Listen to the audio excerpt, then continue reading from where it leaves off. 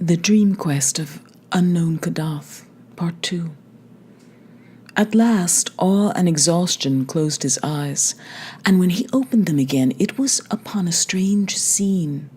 The great shining disk of the earth, 13 times greater than that of the moon, as we see it, had risen with floods of weird light over the lunar landscape, and across all those leagues of wild plateau and ragged crest, there squatted one endless sea of cats in orderly array. Circle on circle they reached, and 2 or 3 leaders out of the ranks were licking his face and purring to him consolingly. Of the dead slaves and toad things there were not many signs, but Carter thought he saw one bone a little way off in the open space between him and the beginning of the solid circle of the warriors.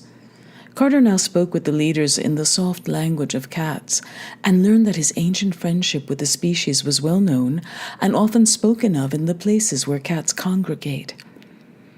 He had not been unmarked in Ulthar when he passed through, and the sleek old cats had remembered how he petted them after they had attended to hungry Zoogs, who looked evilly at the small black kitten. And they recalled, too, how he had welcomed the very little kitten who came to see him at the inn, and how he had given it a saucer of rich cream in the morning before he left. The grandfather of that very little kitten was the leader of the army, now assembled, for he had seen the evil procession from a far hill and recognized the prisoner as a sworn friend of his kind on earth and in the land of dream.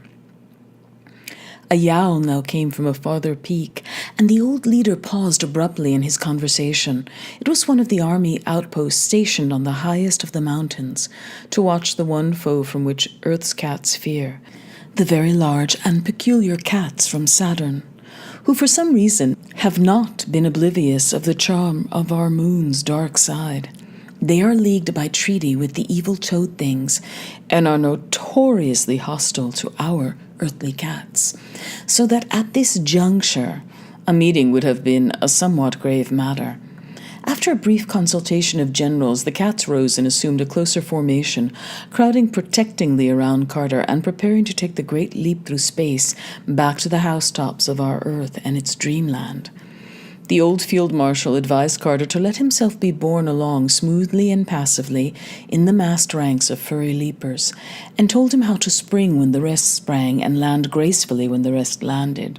He also offered to deposit him in any spot he desired, and Carter decided on the city of Delath-Lean, whence the Black Gallery had set out, for he wished to sell thins for Oriab and the carven crests of Negronic, and also to warn the people of the city to have no more traffic with black galleys, if indeed that traffic could be tactfully and judiciously broken off. Then, upon a signal, the cats all leaped gracefully with their friend, packed securely in their midst, while in a black cave on a far unhallowed summit of the Moon Mountain still vainly waited the crawling chaos, Nyarlathotep. The leap of the cats through space was very swift, and being surrounded by his companions, Carter did not see this time great black shapelessnesses that lurk and caper and flounder in the abyss. Before he fully realized what had happened, he was back in his familiar room at the inn at Delath-Lean, and the stealthy friendly cats were pouring out of the window in streams. The old leader from Ulthar was the last to leave, and as Carter shook his paw, he said he would be able to get home by cockcrow. When dawn came, Carter went downstairs and learned that a week had elapsed since his capture and leaving. There was still nearly a fortnight to wait for the ship bound toward Oriab, and during that time he said that he could against the black galleys and their infamous ways. Most of the townsfolk believed him, yet so fond were the jewelers of great rubies that none would wholly promise to cease trafficking with the wide-mouthed merchants. If aught of evil ever befalls Delath-Lean through such traffic, it will not be his fault. In about a week, the desiderate ship put in by the Black Mole and the tall lighthouse, and Carter was glad to see that she was a bark of wholesome men, with painted sides and yellow lateen sails, and a grey captain in silken robes. Her cargo was the fragrant resin of Oreab's inner groves, and the delicate pottery baked by the artists of Baharna, and the strange little figures carved from Nagranek's ancient lava. For this they were paid in the wool of Ulfnar and the iridescent textiles of Hathig and the ivory that the black men carve across the river in Parg. Carter made arrangements with the captain to go to Baharna and was told that the voyage would take 10 days, and during his week of waiting he talked much with that captain of Nagranek and was told that very few had seen the carven face thereon, but that most travelers are content to learn its legends from old people and lava gatherers and image makers in Baharna, and afterwards say in their far homes that they have indeed beheld it.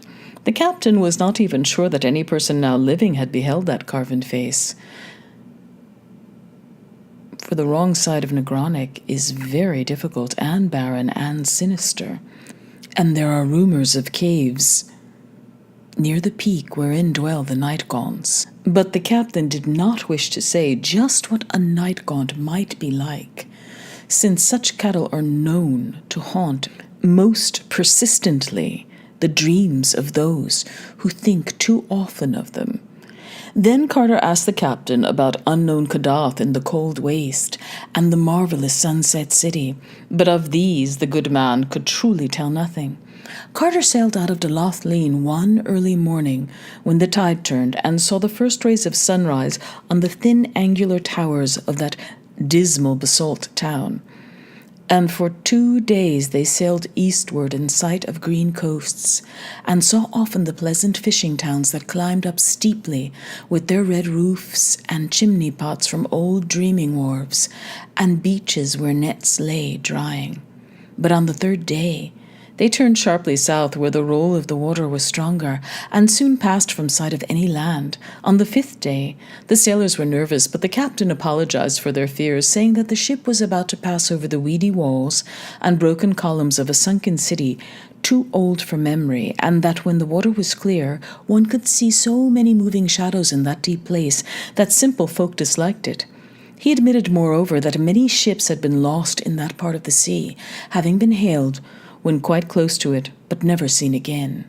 That night the moon was very bright, and one could see a great way down in the water. There was so little wind that the ship could not move much, and the ocean was very calm. Looking over the rail, Carter saw many fathoms deep the dome of a great temple, and in front of it an avenue of unnatural sphinxes leading to what was once a public square. Dolphins sported merrily in and out of the ruins, and porpoises reveled clumsily here and there, sometimes coming to the surface and leaping clear out of the sea. As the ship drifted on a little, the floor of the ocean rose in hills, and one could clearly mark the lines of ancient climbing streets and the washed-down walls of myriad little houses. Then the suburbs appeared, and finally a great lone building on a hill of simpler architecture than the other structures, and of much better repair. It was dark and low, and covered 4 sides of a square, and a tower at each corner, a paved court in the center, and small curious round windows all over it. Possibly it was of basalt, though weeds draped the greater part, and such was its lonely and impressive place on that far hill that it may have been a temple or monastery. Some phosphorescent fish inside it gave the small round windows an aspect of shining, and Carter did not blame the sailors much for their fears. Then, by the watery moonlight, he noticed an odd, high monolith in the middle of that central court, and saw something that was tied to it.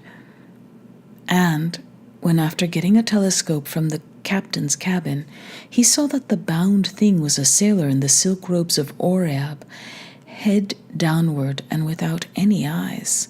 He was glad that a rising breeze soon took the ship ahead to more healthy parts of the sea. The next day they spoke with a ship with violet sails bound for Zar in the land of forgotten dreams, with bulbs of strange-colored lilies for cargo.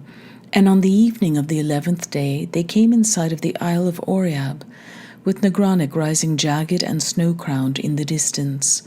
Oreab is a very great isle, and its port of Baharna a mighty city. The wharves of Baharna are of porphyry, and the city rises in great stone terraces behind them, having streets of steps that are frequently arched over by buildings and the bridges between buildings.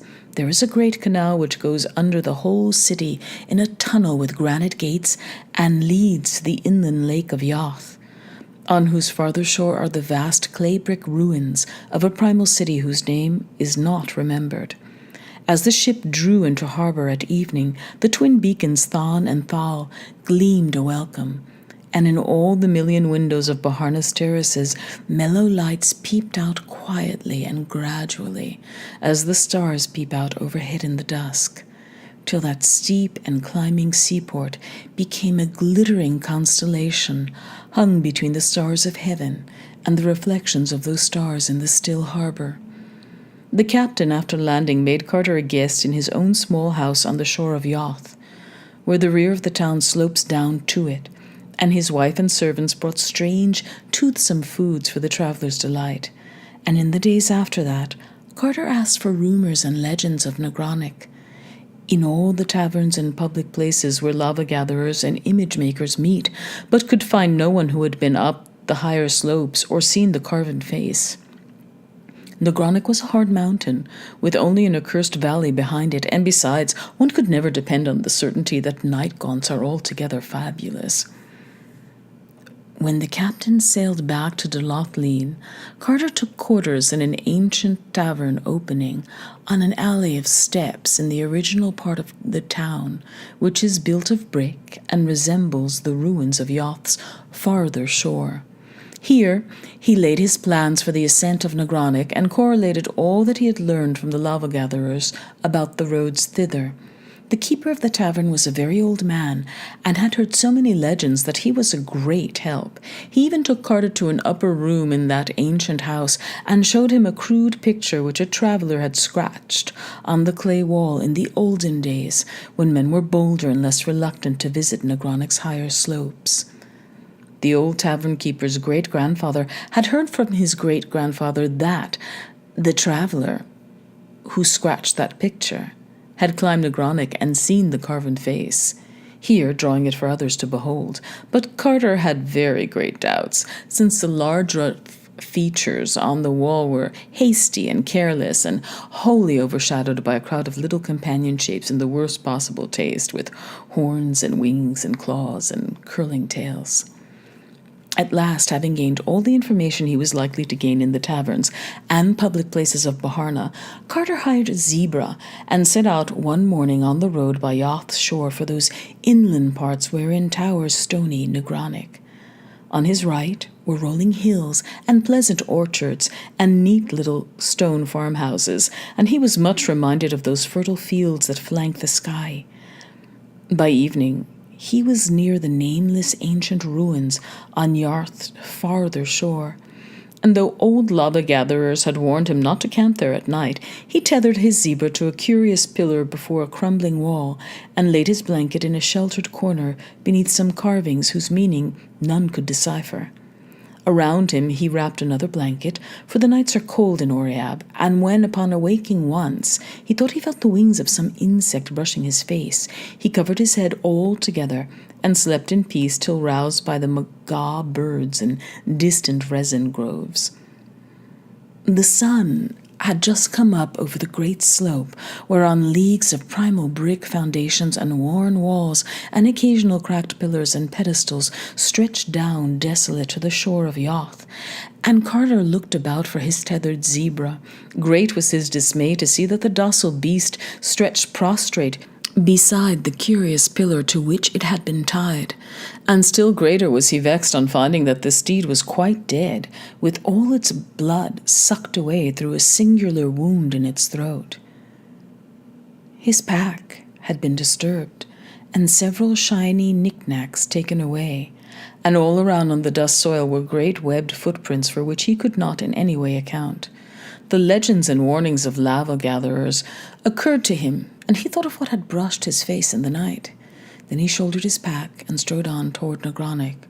though not without a shiver when he saw close to him, as the highway passed through the ruins, a great gaping arch low in the wall of an old temple, with steps leading down into darkness farther than he could peer. His course now led uphill through wilder and partly wooded country, and he saw only the huts of charcoal burners and the camps of those who gathered resin from the groves. The whole air was fragrant with balsam, and all the macaw birds sang blithely as they flashed their 7 colors in the sun. Near sunset he came on a new camp of lava gatherers, returning with laden sacks from Nagronic's lower slopes, and here he also camped, listening to the songs and tales of the men, and overhearing what they whispered about a companion they had lost.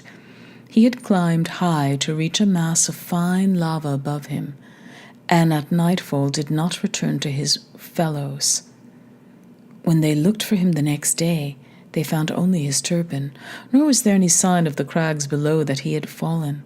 They did not search any more, because the old men among them said it would be of no use.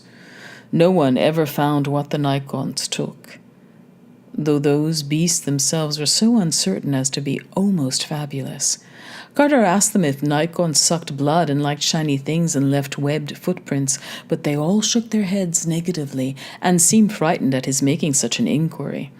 When he saw how taciturn they had become, he asked them no more, but went to sleep in his blanket. The next day he rose with the lava gatherers and exchanged farewells as they rode west and he rode east on a zebra he had bought of them.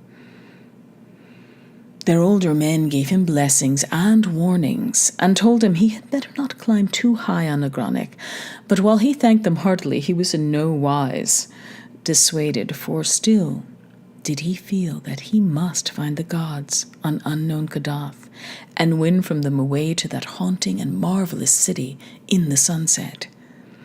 By noon, after a long uphill ride, he came upon some abandoned brick villages of the hill people who had once dwelt close to Nagronic and carved images from its smooth lava.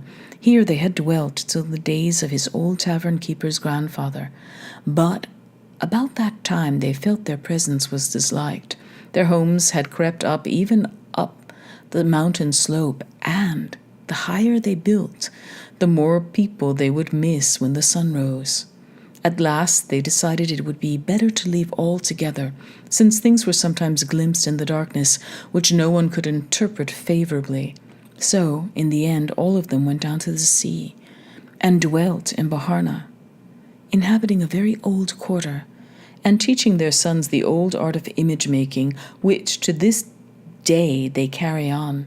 It was from these children of the exiled hill people that Carter had heard the best tales about Nagronic when searching through Baharna's ancient taverns. All this time, the great gaunt side of Nagronic was looming up higher and higher.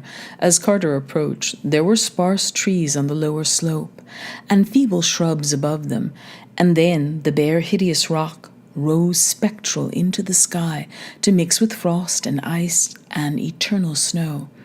Carter could see the rifts and ruggedness of that somber stone and did not welcome the prospect of climbing it. In places there were solid streams of lava and scoriae heaps that littered slopes and legends. 90 eons ago, before even the gods had danced upon its pointed peak, that mountain had spoken with fire and roared with the voices of the inner thunders. Now it towered all silent and sinister, bearing on the hidden side that secret Titan image whereof rumor told. And there were caves in that mountain which might be empty and alone, with elder darkness, or might, if legend spoke truly, hold horrors of a form not to be surmised. The ground sloped upward to the foot of Nagronic, thinly covered with scrub oaks and ash trees, and strewn with bits of rock, lava, and ancient cinder. There were the charred embers of many camps, where the lava gatherers were wont to stop, and several rude altars, which they had built either to propitiate the great ones, or to ward off what they dreamed of in Nagronic's high passes and labyrinth caves. At evening, Carter reached the farthermost pile of embers and camped for the night, tethering his zebra to a sapling and wrapping himself well in his blanket before going to sleep. And all through the night, Avulnit howled distantly from the shore of some hidden pool. But Carter felt no fear of that amphibious terror, since he had been told with certainty that not one of them dares even approach the slopes of Negronic. In the clear sunshine of morning, Carter began the long ascent, taking his zebra as far as that useful beast could go, but tying it to a stunted ash tree when the floor of the thin road became too steep. Thereafter, he scrambled up, alone, first through the forest with its ruins of old villages and overgrown clearings, and then over the tough grass where anemic shrubs grew here and there. He regretted coming clear of the trees, since the slope was very precipitous and the whole thing rather dizzying. At length he began to discern all the countryside spread out beneath him whenever he looked around. The deserted huts of the image makers, the groves of resin trees, and the camps of those who gathered from them, the woods where prismatic magas set, nest, and sing, and even a hint very far away of the shores of Yoth, and of those forbidding ancient ruins, whose name is forgotten. He found it best not to look around, and kept on climbing and climbing till the shrubs became very sparse, and there was often nothing but the tough grass to cling to. Then the soil became meager, with great patches of bare rock cropping out, and now and then the nest of a condor in a crevice. Finally there was nothing at all but the bare rock, and had it not been very rough and weathered, he could scarcely have ascended farther. Knobs, ledges, and pinnacles, however, helped greatly, and it was cheering to see occasionally the sign of some lava-gatherer scratched clumsily in the friable stone, and knowing that wholesome human creatures had been there before him. After a certain height, the presence of man was further shown by handholds and footholds hewn where they were needed, and by little quarries and excavations where some choice vein or stream of lava had been found. In one place a narrow ledge had been chopped artificially to an especially rich deposit far to the right of the main line of ascent. Once or twice Carter dared to look around and was almost stunned by the spread of landscape below. All the island betwixt him and the coast lay open to his sight, with Baharna's stone terraces and the smoke of its chimneys mystical in the distance, and beyond that the illimitable southern sea, with all its curious secrets. Thus, far there had been much winding around the mountain, so that the farther and carven side was still hidden. Carter now saw a ledge running upward and to the left, which seemed to head the way he wished, and this course he took in the hope that it might prove continuous. After 10 minutes he saw it was indeed no cul-de-sac, but that it led steeply on in an arc, which would, unless suddenly interrupted or deflected, bring him, after a few hours' climbing, to that unknown southern slope, overlooking the desolate crags and the accursed valley of lava. As new country came into view below him, he saw that it was bleaker and wilder than those seaward lands he had traversed. The mountainside, too, was somewhat different, being here pierced by curious cracks and caves not found on the straighter route he had left. Some of these were above him, and some beneath him, all opening on sheerly perpendicular cliffs and wholly unreachable by the feet of man. The air was very cold now, but so hard was the climbing that he did not mind it.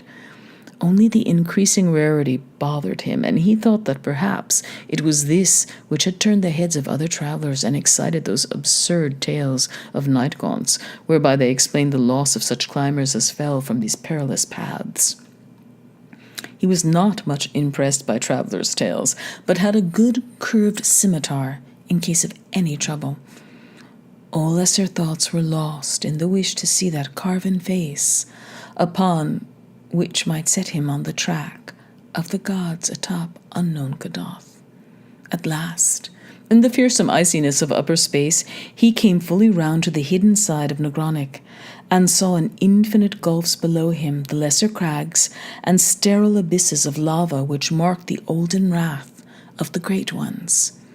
There was unfolded, too, a vast expanse of country to the south, but it was a desert land without fair fields or cottage chimneys, and seemed to have no ending. No trace of the sea was visible on this side, for Oriab is a great island. Black caverns and odd crevices were still numerous on the sheer vertical cliffs, but none of them was accessible to a climber. There now loomed aloft a great beetling mass, which hampered the upward view, and Carter was for a moment shaken with doubt, lest it prove impassable.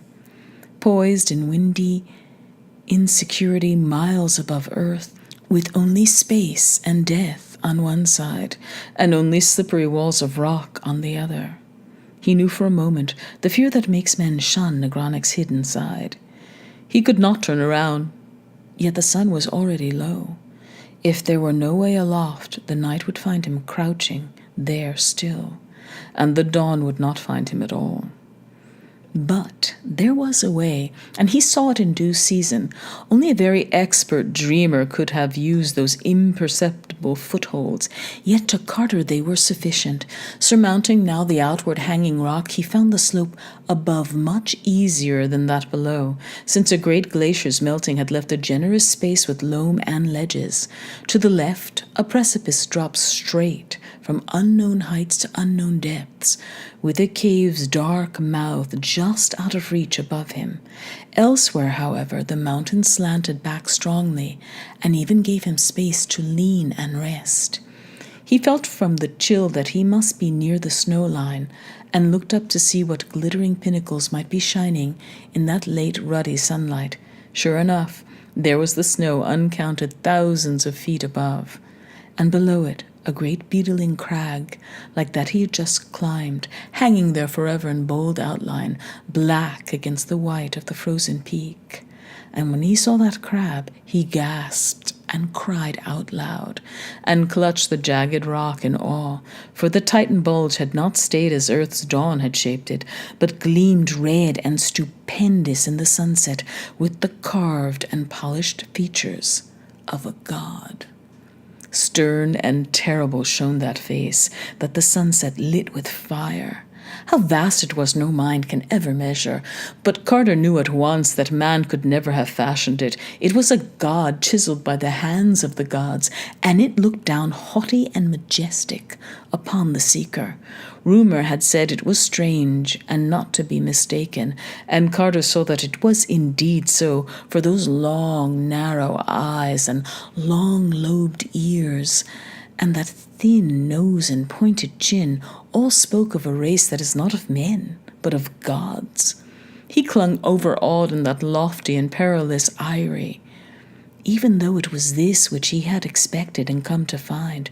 For there is in a god's face more of marvel than prediction can tell, and when that face is vaster than a great temple, and seen looking down at sunset in the cryptic silences of that upper world, whose dark lava it was divinely hewn of old, the marvel is so strong that none may escape it. Here, too, was the added marvel of recognition, for, although he had planned to search all dreamland over for those whose likeness to this face might mark them as the gods' children, he now knew that he need not do so. Certainly the great face carven on that mountain was of no strange sort, but the kin of such as he had seen often in the taverns of the seaport, Salaphais, which lies in Uth Nogai, beyond the Tanarian hills, and is ruled over by that King Kuranes, whom Carter once knew in waking life. Every year sailors with such a face came in dark ships from the north to trade their onyx for the carved jade and spun gold and the little red singing birds of Salaphais, and it was clear that these could be no others than the half-gods he sought. Where they dwelt, there must be the cold waste, and within it unknown Kadath and its onyx castle for the great ones. So to Salaphais he must go, far distant from the Isle of Oriab, and in such parts as would take him back to Doloth Lean, and up the sky to the bridge by Near, and again into the enchanted woods of the Zoogs, whence the way would bend northward toward the garden lands by Ukranos, to the gilded spires of Thran, where he might find a galleon bound over the Serenarian Sea. But dusk was now thick, and the great carven face looked down even sterner in shadow. Perched on that ledge, night found the seeker, and in the blackness he might neither go down nor up, but only stand and cling and shiver in that narrow place, till the day came, praying to keep awake, lest sleep loose his hold and send him down the dizzy miles of air, to the crags and sharp rocks of the accursed valley. The stars came out, but save for them there was only black nothingness in his eyes, nothingness leagued with death, against whose beckoning he might do no more than cling to the rocks and lean back away from an unseen brink. The last thing of earth that he saw in the gloaming was a condor soaring close to the westward precipice beside him, and the darting screaming away when it came near the cave, whose mouth yawned just out of reach. Suddenly, without a warning sound in the dark, Carter felt his curved scimitar drawn stealthily out of his belt by some unseen hand.